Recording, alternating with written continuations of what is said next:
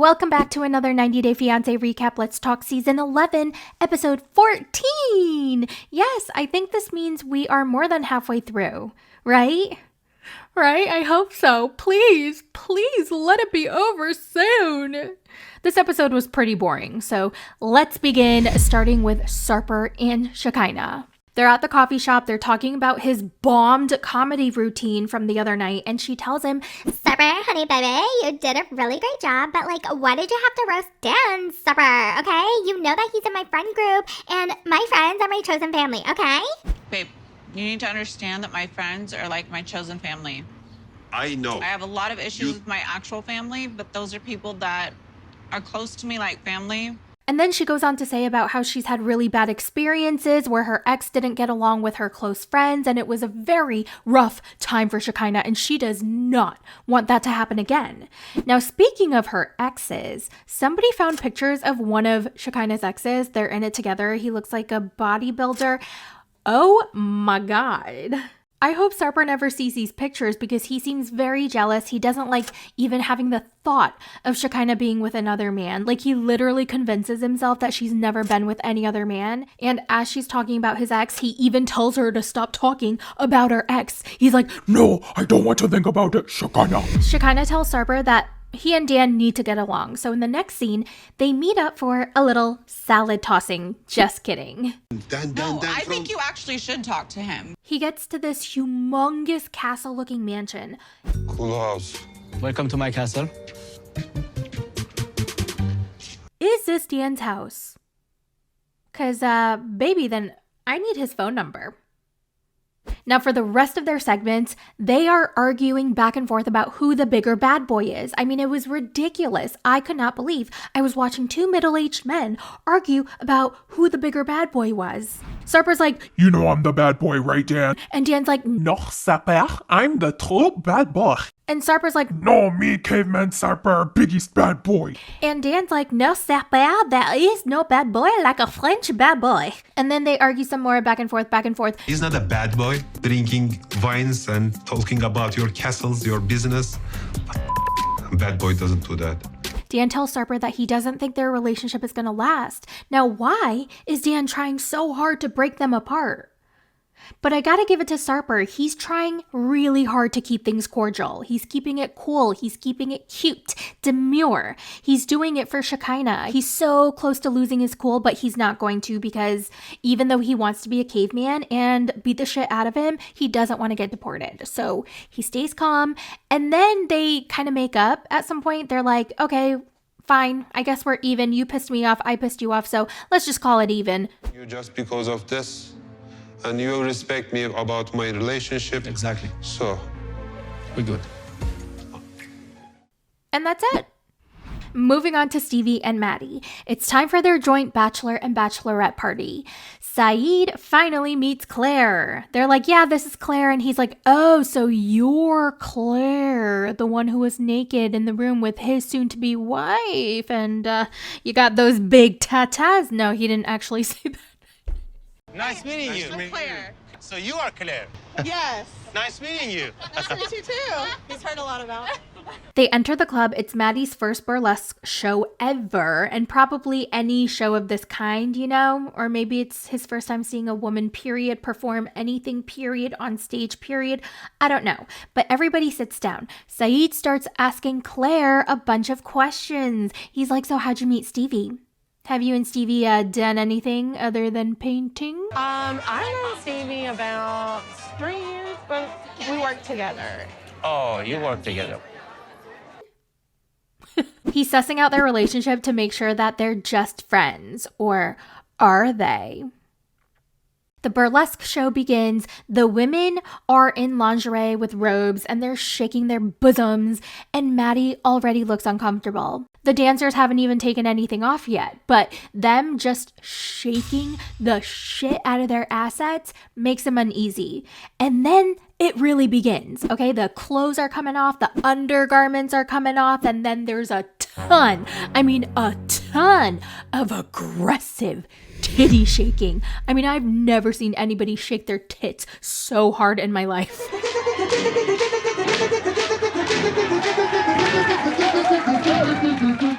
It was just like a shake, shake, shake, shake, shake, shake, shake, shake. I mean, it hurt my boobs. I had to like hold onto my own boobs while the lady was shaking them so hard. I was like, oh my God, are they gonna fly off? I don't know how her tassels stayed on so tight. Like, what kind of tape is that? What kind of glue? Body skin glue is that? Because that stayed on. Anyway, they are nonstop shaking all around. A little shake here and a little shake there. Here a shake, there a shake, everywhere a shake, shake. Oh my God. And Maddie does not enjoy it. He's so uncomfortable, he just can't take it anymore, and he leaves. I'll be back. Sorry. His friend stayed though. Time keeps passing and Maddie's still not back, which is kind of making Stevie a little bit more concerned. So after one part of the segment, they all walk out to check up on him, and Saeed's like, bro, this is so crazy. I've seen too much. I don't think anything could get worse. Like, I've seen the absolute worst. And I'm like, really? Really, Saeed? This is the worst you've ever seen? I've seen a lot today, Mahdi. Yeah, I don't think things can get any worse than this. So I hope so. If it's not worse. Oh my God. Okay. Nobody tell him about the box in NYC. If you don't know what the box is, I have heard some crazy stories. It's basically a spicy cabaret, pole dancing, burlesque type of show, but they do things that are crazy. And I'm talking bodily fluids, penetration, okay? Do with that what you will. Then everyone goes to a bar, they sit down, order some drinks, and Saeed starts grilling Stevie and Maddie again. He's like, why are you guys rushing to get married? You guys barely spent time together in real life. You don't really know each other. Stevie tells him, well, I love Maddie and I'm going to spend the rest of my life with him, so it's okay. That's a part of a relationship, going through ups and downs. And Saeed goes, oh, okay. So there's a lot of tension, all right? And Maddie decides to break the tension by apologizing to Claire about how he acted about their nude painting sesh. Remember when they were at the wedding venue, he kind of was like, what the hell? You never told me this. Like, why did you paint Claire nude? Are you serious? Yeah. Why haven't you told me that? I didn't think it was a big deal. We'll talk about it later. All right. So he apologized to Claire, and Claire was like, oh, no, that's fine. I understand. And Saeed's like, what the fork, bro? what's happening? So why are you apologizing? So you're okay with this lesbian situation? He didn't really say that, but he implied it. And Maddie was like, well, as long as it doesn't affect our relationship, we're going to be fine. And that's it. Everybody's happy, but not Saeed. Now, Saeed is not done with his job. He is going to get to the bottom of this bisexual vibration situation. He's going to find out, Stevie, are you bi or not? This might be something that later he just regrets, and I'm gonna talk to him. He needs to know the truth, that maybe she's actually bisexual. Moving on to Mark and Mina. So Mina's sister Alex comes. They go try on her wedding dress. Mina is so worried that it's not going to fit anymore because she gained some weight since coming to America, like everybody does when they come to America. Everybody seems to gain weight. And she's so worried, but then it fits great. Mina loves her dress. Her sister loves her dress. And then her sister puts on these pearl earrings and necklace on her. And I was like, ugh, that jewelry though. I didn't like it. Oh man, I hope it's not something sentimental or I'll feel like a complete asshole for saying that. Side note, another thing that I've noticed as I've been getting older is that when I watch wedding scenes and brides-to-be going wedding dress shopping and having that moment with their mom and their families and stuff like that, having a wedding, all that stuff, I start to feel a certain way. Like I start to feel a little bit sad because I just have accepted that that is something that I am never going to experience. And I think more than myself not experiencing it, I'm actually sad for my mom who's not able to experience any of that. Because, you know, I'm pretty sure a mom who has a daughter, it's like one of their dreams to go wedding dress shopping, to see their daughter walk down the aisle and do those mommy and daughter things. And I realized, I'm not going to be able to give my parents that. And I'm also not going to be able to give my parents grandchildren. And that, I hold a lot of guilt over those things. And I know ultimately I have to live my life for me and I can't live it for them. But I still feel guilty. I still feel bad that I'll never be able to give them that. So, You're stunning. Wow.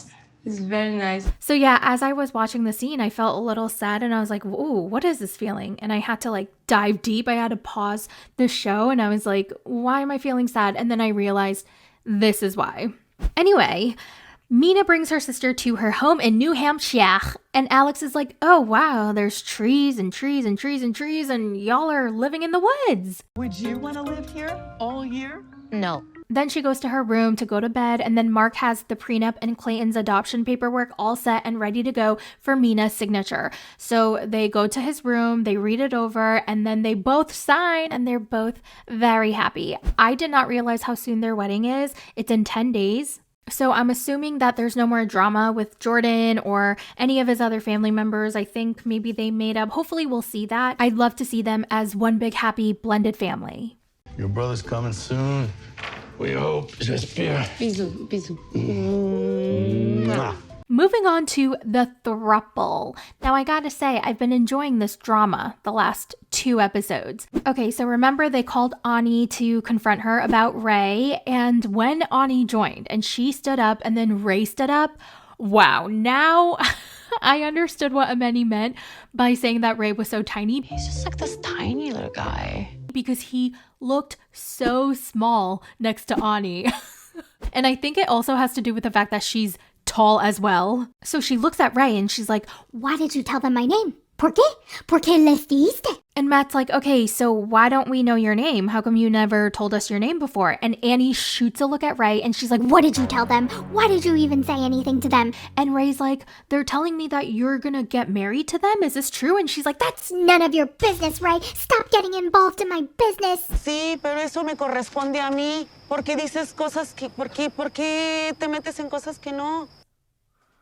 Y'all, Anie is pissed.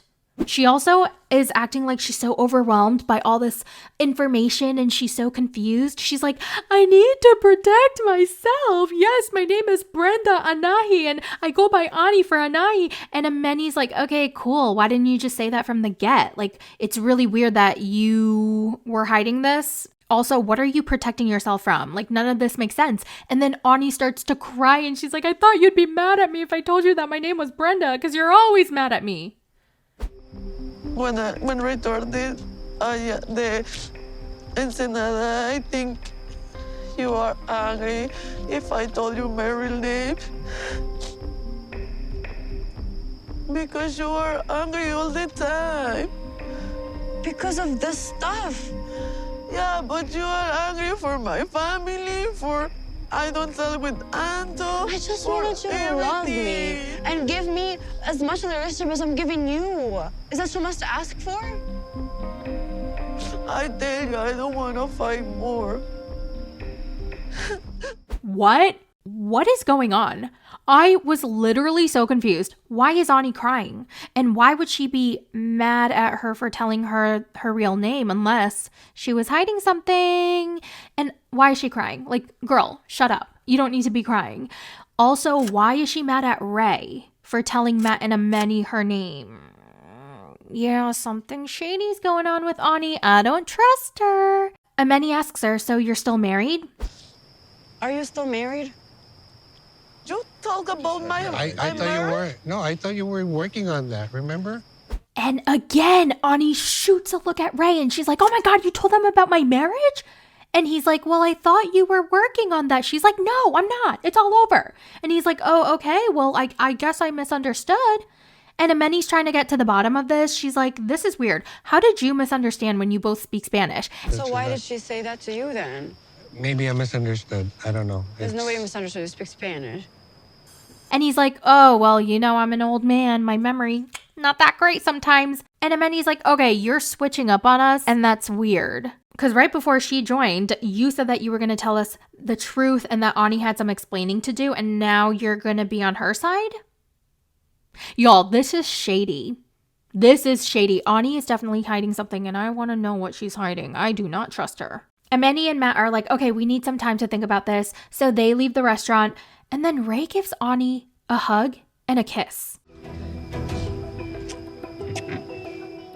And then another kiss and another kiss. Not on the lips or anything, but on her forehead and her head. It's weird. And then he hugs her and he's like, it's okay, sweetie. It's all going to work out. I'm going to see you later, okay? And she's like, mm-hmm. And she wipes her tears. What the fork? What is going on? What kind of relationship do they have? It's weird. Moving on to Greg and Joan. Greg is upstairs and his mom is calling him, Gregory, you're gonna be late for your first day of work. Come down here. He comes on down. Joan and Lucille are in the kitchen cooking for him. One's cooking breakfast and the other one's packing his lunch. For your lunch, would you want chicken or the sausage? I'll do the chicken. Give me a piece of chicken and some sausage. That would be great. I'll get your lunch bag. I'll be right back. Listen, I'm not saying a loved one can't prep or pack a meal for their partner, but this is a trend of him not doing anything for himself and having everybody else do it for him, you know? Then we learned that he has been working. It wasn't a 9 to 5, but he's been doing rideshare. First day of work. This is crazy, man. Just been doing nothing but rideshare, and it's gonna be weird. You nervous? Weird. Definitely nervous. Now I feel like a complete asshole for making fun of him and roasting him and dragging him for not working. But I have to blame the editors because they purposely left that fact out. And I think they did that because they wanted us to think he was a complete loser and a useless man-child who would make his mother do rideshare and DoorDash and he just sits on his lazy ass. But no, he's been working this whole time. I feel so bad. I issue a public official apology to Gregory. Anyway, he's on his way to work. He's so nervous because this is his very first 9 to 5 job, or at least in a very long time, where you have meetings, you have supervisors, you have like performance reviews, and that's nerve-wracking. After he leaves for work, Joan brings down her wedding dress and she asks Lucille to drive her to the seamstress so she can get her dress altered. Lucille's excited to spend some time with her future daughter-in-law and to have that bonding experience over her wedding dress. I'd like to take my dress to be altered. Oh, So today, this morning? Yes. So would you please help me, take me so that I can? You're going to be my daughter-in-law, so I need to help you. Yes, thank you. I really appreciate. That is, until Joan tells her that she will not be needing Lucille's help because she's going to be talking to her mom and her sisters and her family on the phone, and she wants it to be like a private moment between the family. And Lucille is so disappointed. I don't understand why Lucille couldn't be there. She literally just used her as a taxi. I don't know. I just felt so bad. Thank you for driving me here. You're Really welcome. appreciate it. Okay. I get it. She wanted it to be a special moment with her mom and her family, especially knowing that her family wasn't going to be at the wedding. But like, you're trying on your wedding dress and like you can have private moments with her family after. Like, Lucille is already there and you're going to make her wait in the car. I did feel a little hurt because I've been helping her all along through this, and I felt rejected and just worthless. But there's always payback. I just felt so bad, especially when Lucille was like, I felt rejected. I felt a little worthless, but you know, there's always payback. I'm pretty sure she was joking about the payback, or maybe she's going to turn off the water when Joan takes her, I don't know, her 4th shower of the day. For me personally, I could never do that. Even though I wanted this time with my mom and my sister so badly, I just couldn't leave anybody out. I hate making anyone feel like they're left out. So there's no way. Even if I couldn't stand a bitch, I'd be like, oh, okay, you can come, because I just don't like knowing that somebody feels left out. Joan's inside the shop and she tries on her wedding dress with her family on FaceTime. Everybody's loving it. Her booty is on fire and she's ready for some twerking. The dress fits her like a glove. Her family's like, oh my God, we're so sad. We wish we could be there. And then they all cry. And Lucille's probably crying in the parking lot too. Last but not least, we have Shawn and Aaliyah. And their relationship, like, there's no chemistry between them. They kind of act like roommates at this point. Aaliyah calls her mom to tell her that she met with a plastic surgeon and about potential top and bottom surgery. Her mom is very supportive. She's like, I support whatever decision you make, but you gotta let Shawn know and keep him in the loop.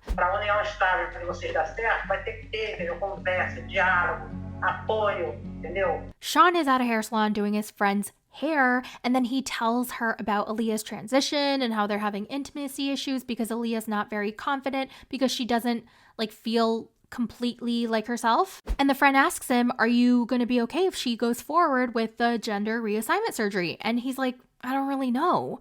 I guess we're like, if she does it, then we're just going to have to roll with it and see what happens. And she's surprised. She's like, wow, I'm surprised you're even willing to give it a try, considering you're a gay man and you prefer men. Do you think your marriage could survive that? There's no way of knowing. It's like me guessing what's gonna happen. And I understand she's looking out for her friend. Like, I'd probably do the same thing too. I'd probably be like, hey, you need to talk to your partner and just make sure you know what you're in for. You know what I mean? So she advises him to talk to Aaliyah and get all your answers before getting married. Shawn and Aaliyah go rollerblading, and then they talk about the transition again. And he tells her, ultimately, if she moves forward with the gender reassignment surgery, he doesn't think that their marriage is going to work out. And she's kind of feeling like, what? You don't even want to give it a chance? That scares me because it's like he's thinking about the end, and we have not even started our journey. And I'm like, why? Why would you guys even give it a chance? The thing is, I think Shawn knows. Shawn knows deep down that he is a gay man. He prefers men. But like, I don't know if it's because he loves Aaliyah so much that he's willing to try and go as far as I don't know. I really don't know. Also, the thing that keeps popping up into my head while I watch their scenes and they talk about the transition is who is paying for the surgeries? I wish they would address that, because it's like, if she gets the gender reassignment, like, she doesn't have any money, right? If she gets the gender reassignment surgery, then I'm assuming he's going to pay. But then, so is she going to feel like if he doesn't want it, she can't get it because he's going to pay? Or is she going to try to satisfy him and not get it when she really wants it? I don't know. But I'd like to know some answers. In the preview for the next episode, we see Joan go to a strip club for her bachelorette party that is hosted by Lucille. Lucille is in there whooping it up while the strippers are bouncing their asses in front of her face. Like, she is the cool mom. Tonight we're giving Joan her bachelorette party. Like 2 water balloons. Man. She wants Joan to experience the American bachelorette party. I wonder what Gregory's going to do for his bachelor party. Then we see Anie show up with another strange man that we've never seen or heard of. She's bringing him to Matt and Maddie. Oh, maybe he's a translator, because Maddie did say that she wanted a translator so she could completely understand what was going on. Okay, we'll have to see. Shawn gives Aaliyah some prenup paperwork to sign, and she gets offended because she's like, oh my God, you think I'm going to steal all your money? Are you already thinking about the breakup? You know, the typical prenup conversation. And then we see Maddie and Stevie crying, and Maddie saying that he regrets his decision of coming to America. So I wonder what happens there. And that's it for the recap. Pretty boring, right? I don't know how many more episodes we're going to have of this season. I hope it's going to go to like 16 and nothing more. I don't want any more episodes. Like, how much more can we see? I just want to see Joan and Greg get married, and that's it. Let me quickly Google to see if Google knows how many more episodes we have to endure. How many episodes of 90 Day Fiancé season 11 total are there? Oh my God, it says 16 episodes. I would be so happy if we only had to do 2 more episodes and then the season's over. Please, please, please, please, please, I hope. Oh God, do they have tell-alls? Oh, I hope it's not like a 3-part tell-all. That's too much. We don't even need a tell-all. Nobody cares about these couples. No offense. Well, that's it for this video. Thank you guys so much for hanging out with me today. Let me know all your thoughts in the comments, and I will talk to you in the next one. Bye! It's a recap. It's a recap. It's a